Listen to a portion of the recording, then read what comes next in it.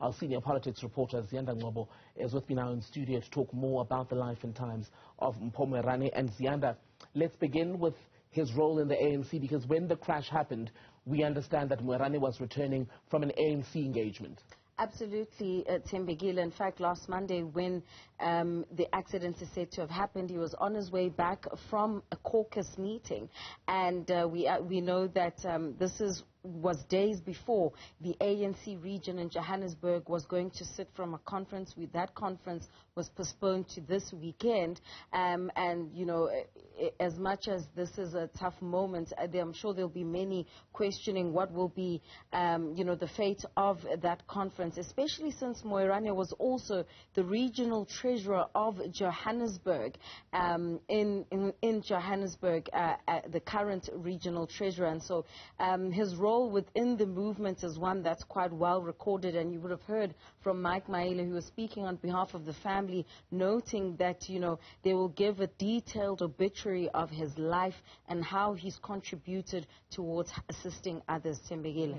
And he was also due, or at least expected, to contest in that now postponed regional conference in Johannesburg, wasn't he?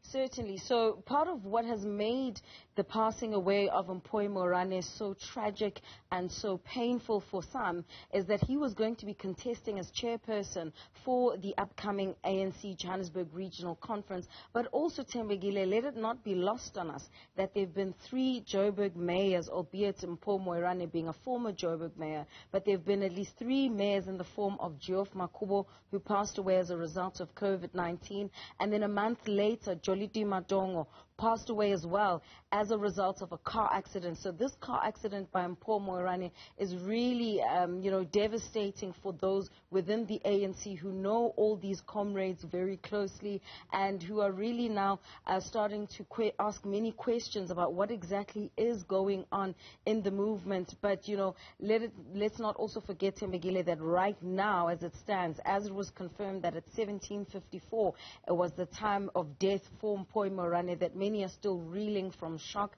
and we're really hoping that he will pull through after the family dispelled those rumors just yesterday that he had passed away.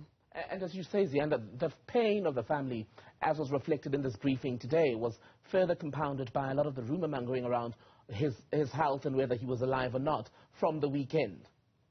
Certainly, and there have been lots of rumors. In fact, you would have heard even Mike Maile reflecting now that really this, you know, misinformation peddling on social media is hurtful to the family. They had hoped that he would make it through this time. He's received the best medical treatment following that car accident last week, and it's been touch and go since then.